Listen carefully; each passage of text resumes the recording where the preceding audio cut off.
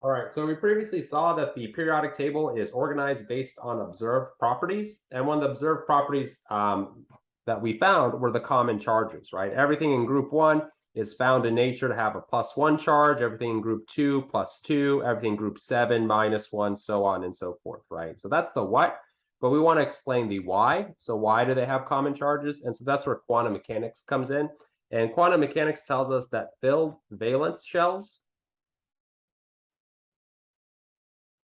are energetically favorable.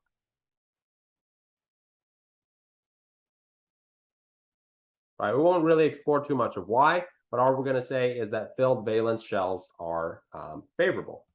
So if we think about the common charges in our row 2 elements, right, we have +1, +2.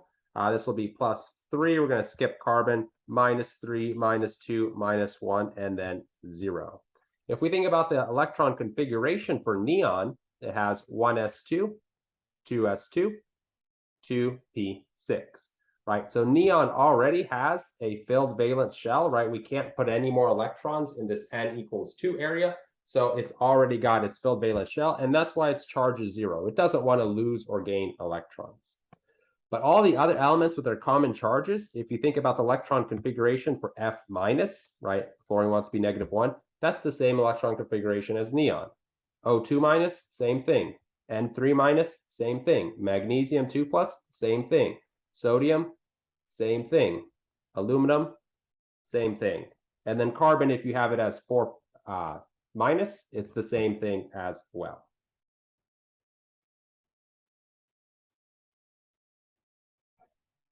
Oops, we're looking at here at sodium and magnesium.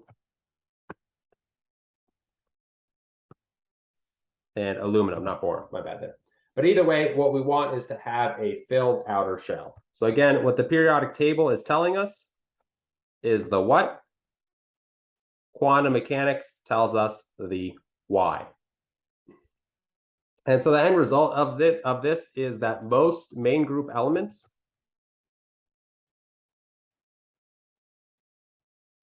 want, we'll put that in abbreviations, right, because they don't have actual thoughts and desires, they're just little atoms.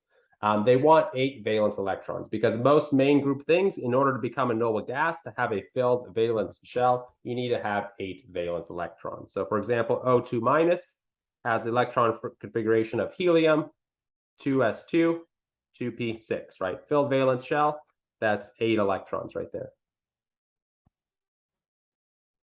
Something like sodium plus has electron configuration of helium, 2s2, 2p6, and then regular sodium has one 3s electron, but since it's sodium plus, we get rid of this 1 electron. And if you think about it here, we have 8 valence electrons.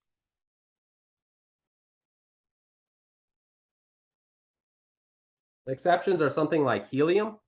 If we think about helium, its electron configuration is 1s2. And here again, we have a filled valence shell because there is no 1p orbital. It's just that here the filled valence shell is only 2 electrons.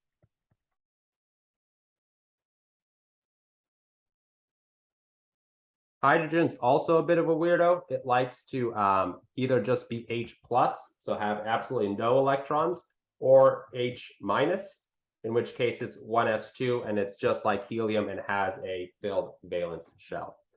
And same thing for these group or period 2 ions, lithium, beryllium, and boron.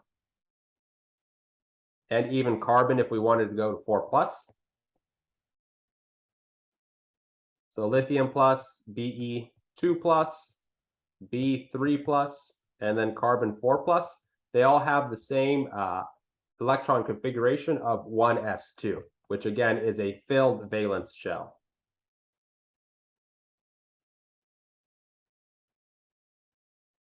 So again, quantum mechanics tells us the why behind the what of the periodic table. You want to know the basics of both.